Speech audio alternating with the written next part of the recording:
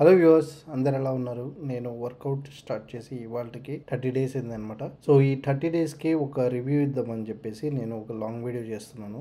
ఈ వీడియోలో నేనేం చెప్పాలనుకున్నా అంటే, ఈ వర్కౌట్ స్టార్ట్ చేయడానికి రీజన్ ఏంటి, ఎందుకు స్టార్ట్ చేయాల్సి వచ్చింది, అండ్ స్టార్ట్ చేసిన తర్వాత ఎలా ఉంది, ఈ రెండు విషయాలు నేను మాట్లాడతాను ఈ వీడియోలో. సో దీనికి 2 రీజన్స్ ఉన్నాయన్నమాట.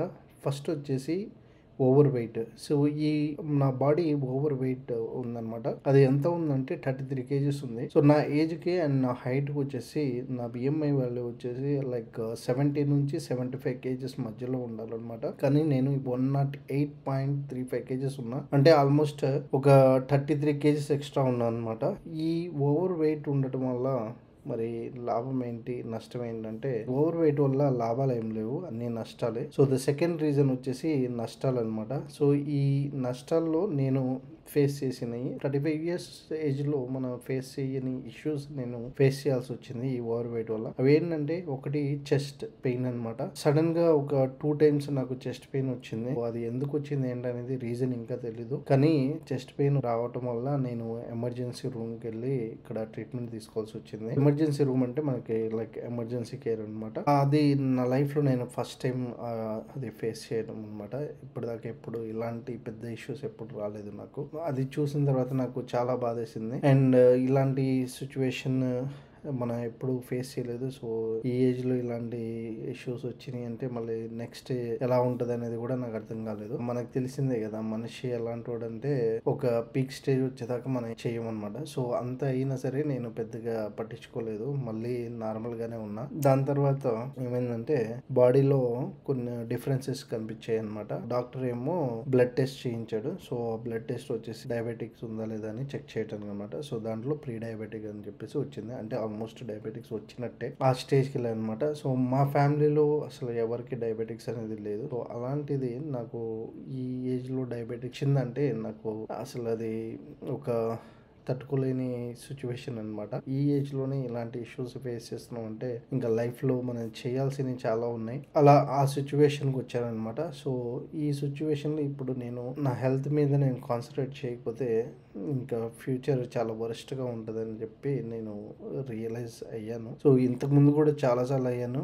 గత లాస్ట్ 8 years నుంచి అవుతూనే ఉన్నాను, కానీ ఎప్పుడు ఒక స్టెప్ తీసుకోలేదన్నమాట. ఇప్పుడు ఇంకా తీసుకోకపోతే సిచ్యువేషన్ మన చేతిలో నుంచి జారిపోతుందని నాకు అనిపించింది. ఇంకా నేను సడన్ గా ఒక రోజు ఇంకా డెసిషన్ తీసేసుకున్నాను అనమాట. వర్కౌట్ చేయాలి, బాడీని తగ్గించాలని. ఆ రోజు నేను 30 days బ్యాక్ ఈ డెసిషన్ తీసుకుని ప్రతిరోజు వర్కౌట్ చేయాలి. సో ఇది ఒక లైఫ్ స్టైల్ లాగా ఉండాలి. అంటే ఇప్పుడు వెయిట్ తగ్గించి మళ్ళీ మొదటికి వస్తే బాగోదు. లాంగ్ టర్మ్ లాంగ్ లైఫ్ హెల్తీగా ఉండాలి అంటే ఈ డైలీ వర్కౌట్ అనేది చాలా ఇంపార్టెంట్ అనమాట.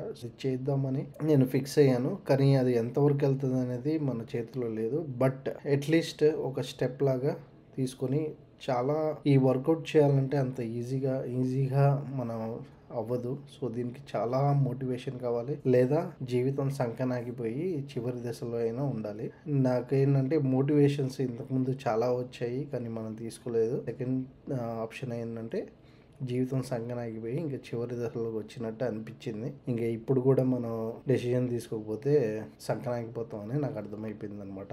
అందుకు ఇంకా ఈ డెసిషన్ తీసుకొని ఇంకా నేను ఓపెన్ అప్ అయ్యాను. ఇంతకుముందు ఏంటంటే కొంచెం రిజర్వ్గా ఉండటం, మనం వర్కౌట్ చేస్తే మళ్ళీ వెయిట్ తగ్గుతుందో లేదు, తగ్గకపోతే మళ్ళీ నవ్వుతారు జనాలు, ఇలాంటి ఫీలింగ్స్ ఉండేవి అనమాట. సో ఇప్పుడు ఏంటంటే ఈ don't care about any one. So నేను మోటివేట్ అవ్వడానికి నేను ఏం చేయాలంటే అది చేయడానికి నేను సిద్ధమయ్యాను. సో నేను ప్రతిరోజు వీడియో యూట్యూబ్లో పెట్టినా లేకపోతే ఇన్స్టాగ్రామ్లో పెట్టినా అది ఓన్లీ నా సెల్ఫ్ మోటివేషన్ కోసమే. జనాలకు చూపించాలి లేకపోతే చూసి నన్ను అప్రిషియేట్ చేయాలి అలా కాదు. నేను ఎన్ని విధాలుగా నేను మోటివేట్ అవ్వగలను అనుకుంటే అన్ని విధాలుగా నేను ట్రై చేస్తున్నా. ఎందుకంటే ఈ వర్కౌట్ చేయడం అనేది అది అంత ఈజీ కాదనమాట.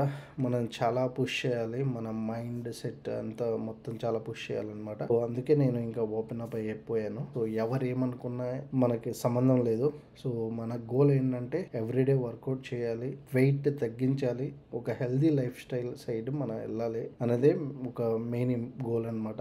అండ్ ఎవరు ఏమనుకున్నా, ఎవరు ఎన్ని కామెంట్స్ పెట్టినా సో ఐ డోంట్ కేర్ అనమాట.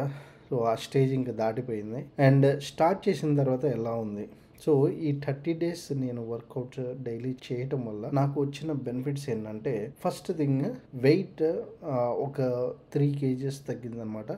సో నేను వర్కౌట్ స్టార్ట్ చేయక ముందు 108.35 కేజెస్ ఉంది. ఇప్పుడు చూసుకుంటే ఇవాళకి మార్నింగ్ 105 సంథింగ్ 65 సంథింగ్ అలా ఉందన్నమాట. సో నేను ఒక 3 కేజెస్ తగ్గాను అండ్ 1 మంత్లో 3 కేజెస్ తగ్గాను అనమాట.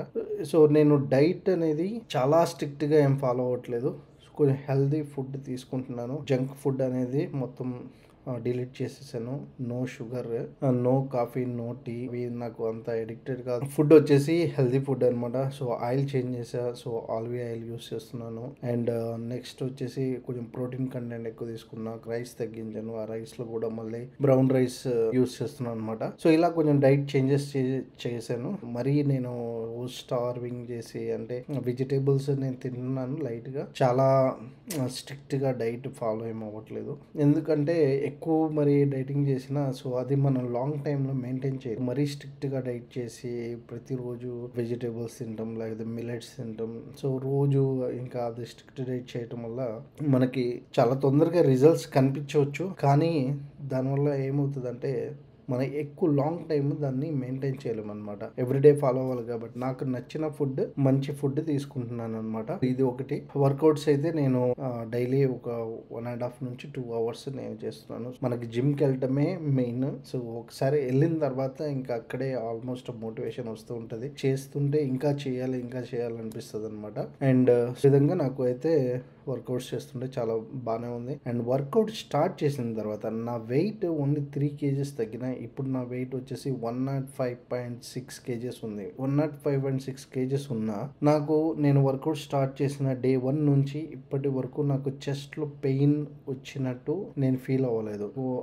హెల్త్ వైజ్ అంత బాగుంది. గ్యాస్ట్రిక్ ప్రాబ్లం నో, ఎటువంటి ఇష్యూస్ లేవు. సో పర్ఫెక్ట్ గా ఉంది. డాక్టర్ నాకు టెస్ట్ రాశాడు, లైక్ థ్రెడ్మిల్ టెస్ట్ చేయించమని చెప్పి. అంటే హార్ట్ లో ఏమైనా బ్లాకేజెస్ ఉన్నాయో తెలుస్తాయి అని చెప్పేసి. సో ఇంకా ఆ టెస్ట్ కూడా కంప్లీట్ అవ్వలేదు, బట్ స్టిల్ నేను వర్కౌట్ చేస్తున్నాను. సో నాకు తెలుస్తుంది లైక్ ఎలాంటి పెయిన్స్ కానీ అలాంటి ఏం లేవు. జస్ట్ ఒక 30 డేస్ మనం వర్కౌట్ చేస్తేనే నాకు ఇంత డిఫరెన్స్ కనిపిస్తుంది. మన లాంగ్ టైంలో హెల్తీ లైఫ్ ఉండాలంటే ప్రతి ఒక్కళ్ళు డైలీ జిమ్కే వెళ్ళకపోయినా ఒక గంట సేపు దేవుడు ఇచ్చిన మనకి 24 అవర్స్లో ఒక 1 అవర్ మనం కరెక్ట్గా హెల్త్ కోసం, మన బాడీ కోసం మనం స్పెండ్ చేసుకుంటే సో మన లైఫ్ చాలా బాగుంటుంది. నేను అది నేర్చుకున్నా, నేను అది పాటించాలి. అది నా గోల్ అనమాట. అండ్ ఈ 1 మంత్ రివ్యూలో నేను ఇదే చెప్పదలుచుకున్నాను. రోజు పెడుతూనే ఉంటా వీడియోస్, మీరు చూడండి. అండ్ మీరు లైక్ చేయండి, కామెంట్ చేయండి. So I will be very happy. And మీరు ఎంకరేజ్ చేస్తుంటే చాలా హ్యాపీగా ఉంటుంది అనమాట. ఈ వర్కౌట్స్ చేయడం వల్ల మనలో మనకు ఒక సెల్ఫ్ కాన్ఫిడెన్స్ ఇలా కొన్ని బిల్డప్ అవుతున్నాయి అనమాట. కూడా చేయగలం, ఏదేమైనా సరే ఓకే వీ కెన్ సర్వైవ్ అన్న ఒక ఫీలింగ్ వస్తుంది అనమాట. అంతకుముందు ఏంటంటే ఈవెన్ ప్రెజర్ కూడా పడినప్పుడు వేరే థాట్స్, వీక్నెస్ అలా వచ్చాయి అనమాట. ఇప్పుడు ఏంటంటే మనకి వేరే ఏదేమైనా వీ కెన్ హ్యాండిల్ ఇట్ అన్న ఒక ఫీలింగ్ వస్తుంది అనమాట. స్ట్రెస్ కూడా ఆల్మోస్ట్ మనకి రిలీఫ్ అవుతుంది. మన ఎక్కువగా స్ట్రెస్ కూడా ఫీల్ అవ్వము కోర్స్ చేసుకుంటే. మెయిన్ స్ట్రెస్ కూడా తగ్గిపోతుంది అనమాట. సో అది ఒక వేరే అడ్వాంటేజ్. ఎవ్రీడే వర్కౌట్ అనేది చాలా ఇంపార్టెంట్ అనేది నాకు అర్థమైంది. నేను చెప్పాలనుకున్నది అంత పర్ఫెక్ట్ గా నేను చెప్పలేకపోవచ్చు, బట్ ఐ థింక్ మీరు అర్థం చేసుకోగలరు. Thank you so much for watching my videos and liking and sharing. And thank you so much for your support.